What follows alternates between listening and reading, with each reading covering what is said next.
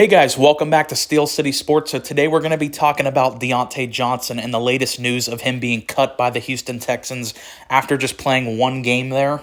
So if you're not a Steelers fan, or if you're not, one of these teams that Diontae was on, you probably don't give a fuck about this story, and that makes a lot of sense. This video probably isn't for you, but as a Steelers fan myself, I have been following this Diontae story since since he played here and since he's left Pittsburgh. So I'm really just going to talk a lot about Diontae in this one and kind of break down his career path and what the hell went wrong for a very up-and-coming, promising receiver that I liked a lot when he was with Pittsburgh. So like I said, this video is not going to be for everyone because majority of fans around the league probably saw he got cut and were like, who the fuck cares? But like I said, as a Steelers fan, this story does interest me a lot. So we're going to get into this now. So with Diontae, started off his rookie year in 2019 really impressive because 2019 was the first season for the Steelers with Antonio Brown no longer on the roster. He was traded to the Raiders that offseason. So it was kind of looked at as, hey, Juju is next up. Juju's going to be the next great wide receiver for the Steelers. He's going to, become the next star here. But Diontae Johnson, as a rookie that year in 2019, obviously Big Ben was out. I can't remember which game Ben got hurt. It might have been the first or second game of the season. But Big Ben was out for like this entire season. So it was Duck Hodges and Mason Rudolph at quarterback. If you're a Steelers fan, you remember that year. We went 8-8. It was pretty miserable to watch. But the big standout from that 2019 season was Diontae Johnson because like we just said, everyone had the expectations that Juju was going to be the big standout, but Diontae Johnson actually outperformed Juju and became the top weapon on this offense for a couple years. He was the focal point of the passing game. So Diontae Johnson, 2019, really outperforms as a rookie. In 2020, that was the year we went 11-0 with the Steelers. We had a really good year, and this was really Diontae kind of establishing himself as a really good player. He had 923 yards in his second year with 7 touchdowns. Then you go to 2021, Ben's last year. He cracked over 1,000 yards, 1161 with 8 touchdowns. 2022, a weird year with Trubisky starting. This was Pickett's rookie year. He had 862 yards. Then you have last year, 2023, his final year with the Steelers, where he had 717 yards with 5 touchdowns. But he was hurt for a good part of the early portion of the season. He only played 11 games last year. So I think it's safe to say had he been healthy last year, even with our god-awful offense last year, I still think he would have cracked 1,000 yards. So that's just kind of a quick look at what he did with the Steelers. So why he wanted out of Pittsburgh, I think it's a pretty clear reason. This was a guy who, at least when he left Pittsburgh, I think was prioritizing his numbers and his career. Obviously, he wanted to get a big bag, and the way you do that is to put up monster numbers. And I think Diontae looked at the writing on the wall for Pittsburgh and saw that, hey, Pickens is emerging as the star. He's being used more than me in the offense. He's going to be the focal point. So if I want to get my monstrous bag like we've seen a lot of receivers get, he felt like either get me more touches here in Pittsburgh or trade me. And Mike Tomlin decided to go with the latter. He did trade him to Carolina, where we got Dante Jackson in return for him. So obviously, I was upset by it. As time has played out, we've obviously come to learn that he's a total locker room cancer. But at the time this trade happened, it kind of felt like it was out of nowhere. We'd heard like little rumblings here and there that he was unhappy with the locker room, but nothing really public came out about Diontae. Sorry, the snowplow just went by. So yeah, there was really nothing really too public about this incident. So when it happened, I was like, wow, that was kind of out of left field. He's been a really productive player here. But I was like, okay, wish him well in Carolina.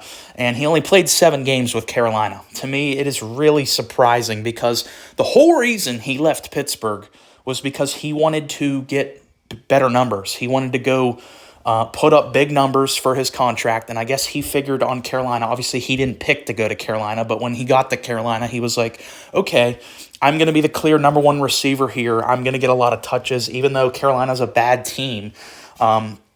It's clear, at least in his move out of Pittsburgh, winning didn't really matter to him. It was the numbers he was chasing. So he goes to Carolina, And he actually had a pretty good start to this season. He was actually pretty productive in his 7 games, went for 357 yards with 3 touchdowns. So I averaged that out. That's just under 900 yards for if he would have played all 17 games this year with Carolina. But you have to also factor in that Bryce Young played a lot better in the back half of this season. So I think it's a reasonable conclusion to say that had Diontae just stuck with Carolina this year, he would have easily cracked 1,000 yards because he was on pace in the games he played, the 7 games he played there, he was on pace to get just shy of 900 yards. So I think with the offense being a lot better later down the stretch, I think it's a very easy assumption to make that he would have cracked over 1,000 yards. Probably would have gotten a nice extension with Carolina like he wanted. So this to me is what I don't really understand because, okay, I don't agree with the move of wanting to leave the Steelers because I still think we were using you a lot. Yeah, you weren't the number 1 option anymore, but you were still a vital piece of that offense. But okay, that's one thing. You want to leave the Steelers because you want to go chase money. Okay, guys do that. I get it. You don't have a very long window to play football. You want to make as much money as possible. I get that. So you go to Carolina to do that. It's working. They're using you. You're their top weapon. And seemingly something went wrong very quickly because you didn't even make it to halfway through the season and you wanted gone. You were publicly requested a trade out of Carolina. What could logically be his reasoning for wanting out of Carolina other than he doesn't like losing? Because he was getting used in the offense. He was putting up good numbers. He was on pace to have a pretty good season in Carolina. So it couldn't have been they weren't using him enough. It couldn't have been the numbers. So for me, the only thing why he wanted out of Carolina was he was tired of being on a losing team. So that right there just calls into question his mental ability. Like, for real, I'm not trying to be mean, but you're with the Steelers putting up numbers. It wasn't enough numbers. So you said, okay, I want gone. You go to Carolina, a bad team. You're putting up numbers there, but you're losing. So you don't like that. So Diontae basically wanted it all. That's what I figured out right after he requested the trade from Carolina is this guy kind of thinks of himself like he's Jamar Chase or Justin Jefferson. Like, he wants to put up monster numbers and be on a winning team. He wants to be one of the top names. And it's like, I don't know where all this ego came from, dude. Like, you had some good seasons with the Steelers, but it's like you're not to the point where you're going to be an entire focal point of a playoff-level team. Like, that's just not really realistic. And that's what he made clear when he requested the trade out of Carolina, because he signified, I don't want to be on a losing team anymore. Well, if you didn't want to be on a losing team anymore, why the fuck didn't you just stay in Pittsburgh, you know? So then he goes to Baltimore, a winning team, a team that just won a playoff game last week against my Steelers. They fucking crushed us. So he went to a winning team that needed a receiver. And what did he do there? He refused to go in a game. Just flat out refused to go into a football game. Fully healthy, nothing wrong with him, no injuries or anything. He's on a good team, a high-profile team. So now there's really no excuse because he left Pittsburgh for chasing money. He left Carolina for chasing a winning team. So in Baltimore, you think he'd be on best behavior, but for some reason refuses to go in the football game, gets cut by Baltimore before the playoffs. Seemed like, no one was really going to touch him at that point after jumping around to so many teams. But Houston, desperate for a playmaker after the injuries to Diggs earlier in the year, then the gruesome injury to Tank Dell against the Chiefs. This was a battered Texans receiver core that desperately needed some depth around Nico Collins. And so the Texans were willing to take a flyer on Diontae Johnson, especially gearing up for a playoff run. They wanted to add some depth to that position.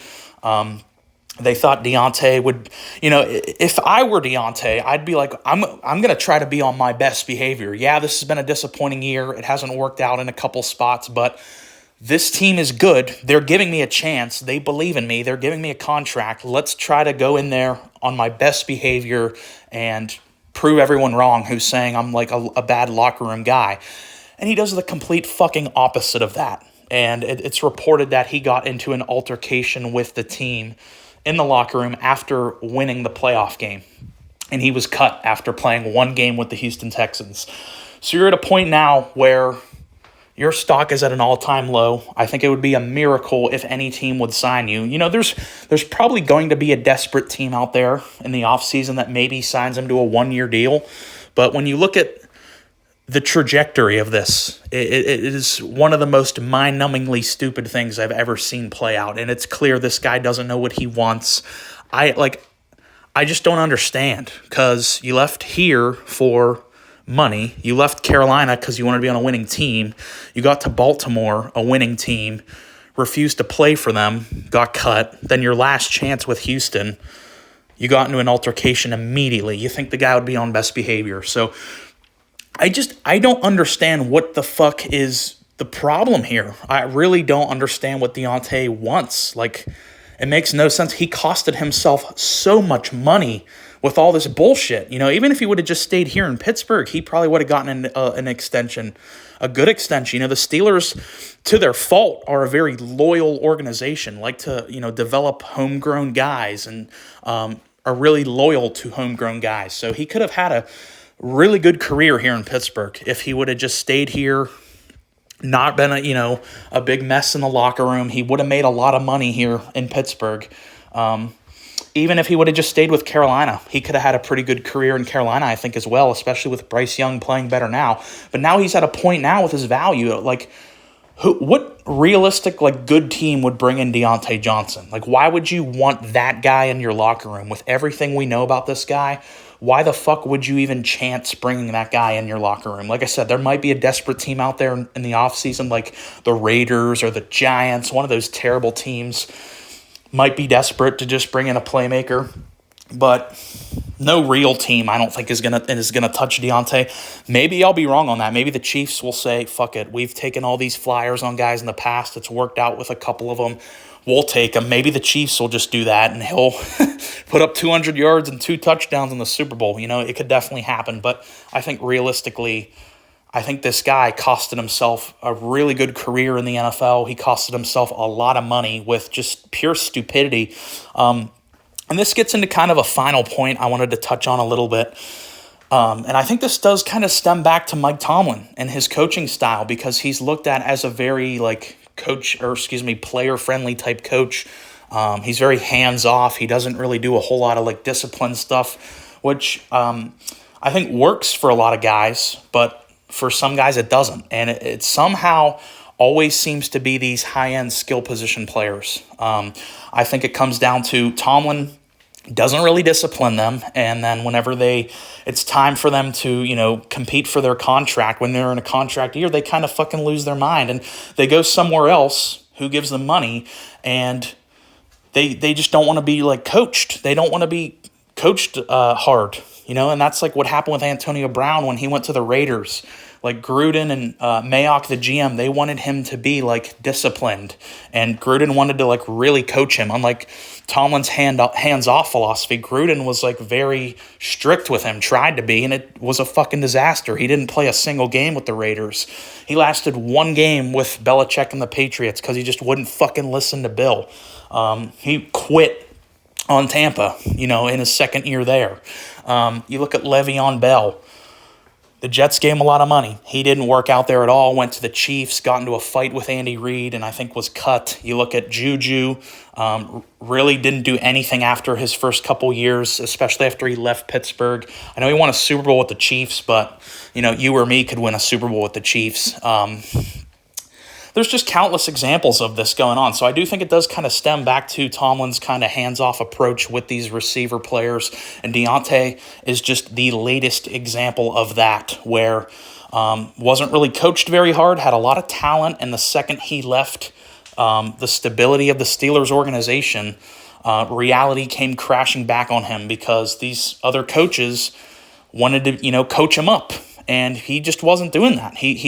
That's not the kind of guy he is. He doesn't want to be coached very hard. He wants to do his thing. And that's why he's been cut by 3 teams, or I guess not cut, but he's been on 4 teams in the last, what has it been? I think January he left. So yeah, the last 12 months he's been on 4 different teams and is now currently unemployed.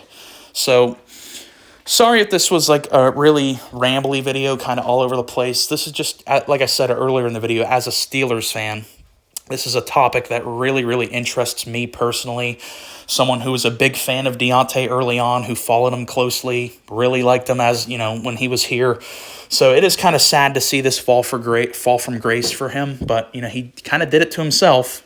So let me know your thoughts on this. If you made it this far in the video, appreciate you listening. Please like and subscribe.